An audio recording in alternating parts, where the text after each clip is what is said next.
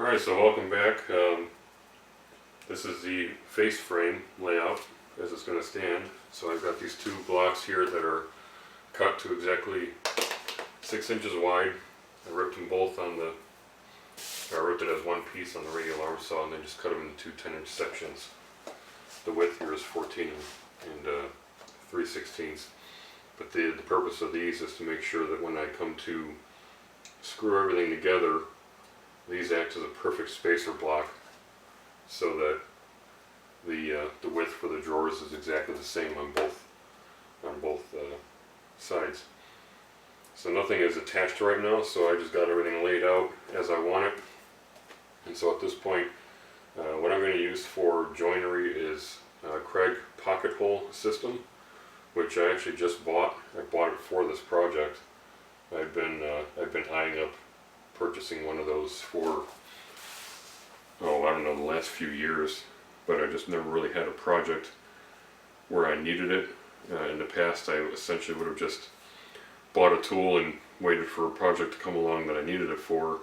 Well, it didn't really make much sense, so instead I got started in a project where I need that tool, and it's going to be an incredibly helpful tool. I've done some dummy joinery with it, and then I just for practice. And then the top frame on my cabinet there, I actually used the Kreg system, and I was really blown away at how brilliant of a system it is. It keeps everything perfectly square, clamped. Even if you have warped boards, you clamp them with a vice grip that has a wide face, and it'll clamp so that the immediate area of the joint is flat and both pieces are in plane not only when you drill the holes for the screws, but also when you actually go to screw the wood together. And so the rest of the board can be twisted a little bit, but when, if this board, as an example, has some twist in there, well, I'm going to clamp it here up against a flat face, drill my pocket holes, and I'm going to clamp these two pieces together here when I go to screw those pocket hole screws in to secure it. So when I let go of the clamp, this will be perfectly in plane. And if this is twisted out of whack, well, too bad. I'm going to use that C-clamp, same method on this side, so that I'm going to clamp the heck out of this, and it takes out that twist when I go to secure the pocket screws in there. So all I need to do at this point, all the pocket hole screws are going to be on the back side of this. This is the cleanest side of the wood. There's some chip out from knots and whatnot on the back sides. But it's just a matter of laying out where my pocket holes are going to be. So an important point there is that if I drilled my pocket holes on this board so that I would shoot my screws into this board here, that would be a much weaker joint than if I were to screw my pocket holes in this board and run the screws into this one. And the reason for that is that as you visualize wood, it's a collection of really tiny straws all compounded together. And if I run a screw into the end grain of a board where all that bundle of straws is sitting, the screw is not really engaging anything, it's just pushing the threads as they screw in, or just pushing those straws apart, and you're just begging for the wood to split and crack. And then even if the wood doesn't crack, those threads really aren't engaging much. They might have cut into some of the straws, but there's not a lot of pull-out strength. So it won't take much for those threads to just pull right out. And even if you're running the screws in, if you're using too much torque on your drill, you'll probably just pull the threads right out. Conversely, the grain on this board is more or less running straight. You can see it's got knots out the yin-yang on here. But the straws, so to speak, are running this way. So if I run a screw in that way, it's going to go, the threads will cut in between those sort of stacks of straws, and there's going to be way more binding strength there. So the straws are running this way, and the threads are going to cut in between the straws, and kind of visualize it this way. You're your fingers are representing the straws, and they're pinching against the threads of that screw, keeping it from pulling out. So you have far more strength to drill your pocket holes on the end grain board so that your screws are securing into side grain. So that's where we're at right now. I'm going to go ahead and get this Kreg system set up and start marking these up, and we'll get them drilled out, and I'll take you along for that in case you've never seen a Kreg system before.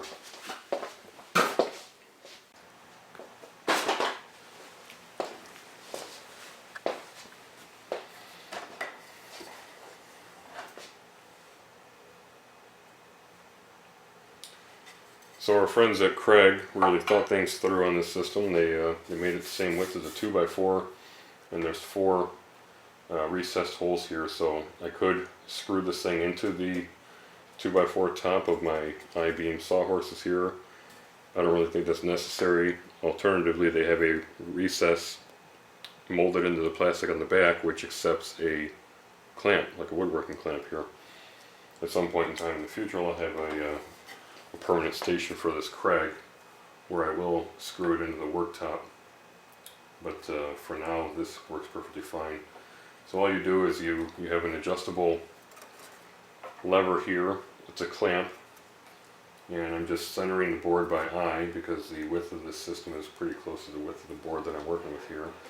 And I clamp it nice and securely on there, and now I'm ready to drill my holes. The Kreg system comes with frankly, it's a magnificently machined drill bit here. The grinding work is absolutely astonishing. The sharpness of this bit is like nothing I've ever seen. The way you set this up is you figure out the stock that you're working with, and that's what you base your pocket hole system on. So all the work that I'm doing here, these are all 1x3 boards, so they're 2.5 inches wide and 3/4 thick. And what we end up doing here, you set the step on this drill bit to be the thickness of your board, and there's a boss here on either side, and there's markings, graduations on the Kreg system, and you adjust this little stop collar so that it's a 3/4 inch thick board, so the step is right on the 3/4 inch mark here. And now all I have to do at this point is chuck this thing up in my trusty old drill, this DeWalt drill. I've had this thing since 2012, or 2011 or 2012. It has done me very, very well over those years. I've used it a lot, and it's still works perfectly fine. It's a tremendous tool. So pardon the noise, but you want the drill to be running at full speed before you introduce it to the wood. And you want to do this in steps. You don't want to try and hog the entire hole all in one shot. And when the collar hits the stop there, then you're done with that hole. There is a vacuum port on here, but for the sake of noise and you guys watching, I don't have that set up. But the vacuum port is really nice because it evacuates all the chips out very, very well.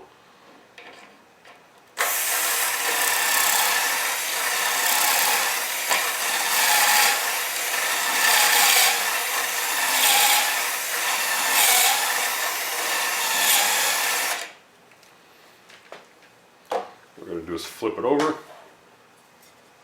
So there's my perfectly cut pocket holes. I'm going to flip it over and cut the other side and make sure you get those chips out so that it's clamped flat up against the face here. And again, we're going to just eyeball center it because it's pretty easy to do so. And also you want to make sure your pocket holes are on the same side.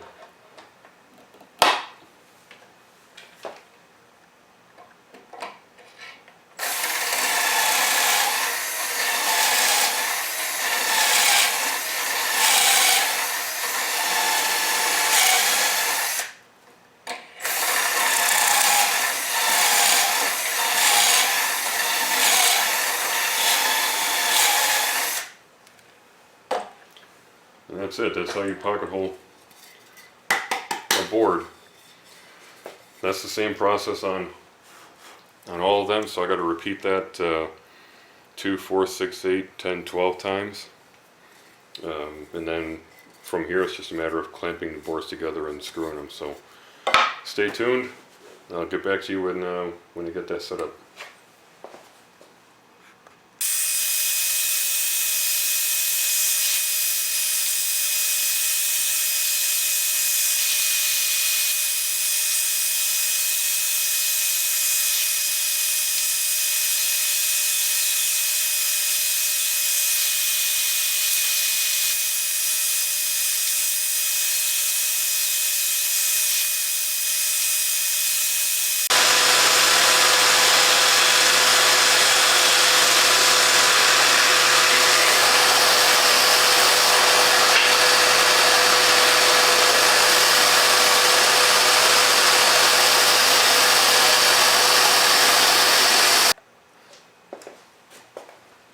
So that was a little demonstration on just how fast you can rifle out these pocket holes when you've got a vacuum cleaner set up on there and you don't have to worry about chip removal so much. So all these turned out beautifully. The only one that I have some concern about is this guy here, because there's just a wicked knot down there on the bottom. I don't know how strong that's going to be. You're going to run a screw in there anyhow, because the screw is actually going to be grabbing past the knot, but yeah, we'll see how that goes. The screws are Kreg's proprietary screws. They give you a long bit in order to allow clearance for the head, the bulky head of your driver to clear when you're putting in a screw at a very low angle. The head here is just a square bit, square drive, and the screws, they have a table that helps you pick what length screw you need for what stock you're dealing with. In my particular case, I'm dealing with 3/4 inch stock, and so they recommend 1.25 inch screw. They also have 2 different threads. They have a fine thread for hardwoods, and they have a coarse thread for softwoods and plywood. Well, I'm dealing with pine and plywood, so I'm going with the coarse thread, 1.25 inch length. And you can see the heads here. It's a flat cap on the head, and so that engages the step that was left by the drill, and the screw goes all the way through the pocket hole screwed side. It's already somewhat, the hole is already started for this thread, so the threads don't really engage on the board that has the pocket holes in it. The threads engage on the board that it's going to be grabbing on, and what that does is it pulls that board up against it. Whereas if you didn't have the hole pre-drilled, the threads can engage on this board as well as on this board, and even if you have a slight gap in between there, and that gap is there when you go to screw it together, that gap is going to stay there. The threads are going to engage just as the boards are. However, if this hole is pre-drilled, then the threads are not engaging on this board, they're only engaging on this board. Therefore, the threads serve to pull this board tight up against this one. And so that's the principle of this joint.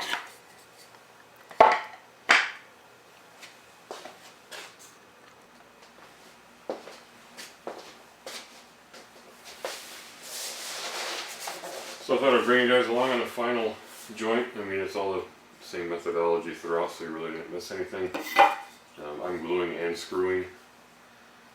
One thing I wanted to point out to touch on a topic I mentioned in the previous videos, that where I mentioned that the screws, the threads are not engaging in this block, the one that has the pocket holes. And you can barely see, I'm not even sure if the camera is making that out, but right here at the end, you can see where the drill bit on the Kreg system is just starting to poke through. And so, yeah, there was no thread engagement on this end. Instead, it kind of just spins around in this end and pulls this board or this board tight together. You'll see the glue squeeze out a little bit when I pull going tight.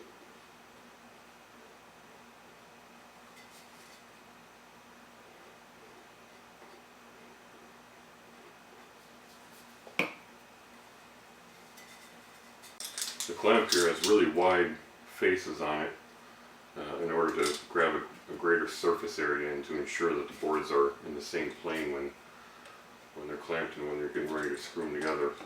So really the only alignment that you are responsible for is making sure the bottom is flush there.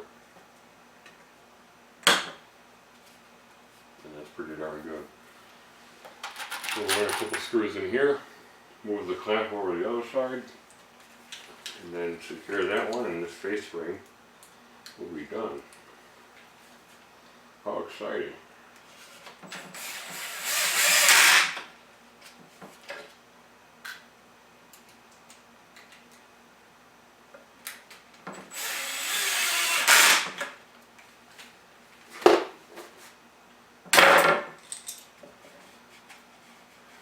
As good as you can possibly get. That's really nice. The results of this thing speak for themselves.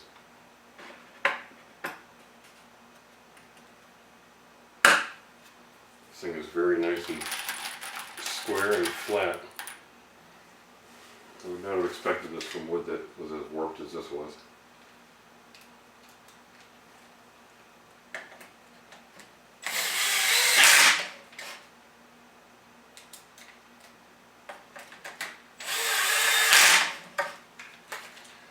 And that's it, ladies and gentlemen. That is my first ever cabinet face frame, and I see I'm pretty happy with how it turned out. This thing's probably not even all on camera frame because it's pretty large, but the important thing is sighting down on it this way on the end. And yeah, it ain't perfect. It drifts a little bit that way, but once I secure this to the cabinet carcass, we'll be good to go. This is going to be really good. I'm very, very happy with that. So this is coming along as a success. And even the one really boogered up rail here, it had the really nasty knot. Even that, like I said, the screw is engaging past the knot, so as I expected, it's still a very secure hold. It's just that it looks pretty awful, but it's going to be on the back. It's going to be up against the cabinet carcass, so you won't see it. Alrighty, time to get this thing set up on the cabinet and see how it goes.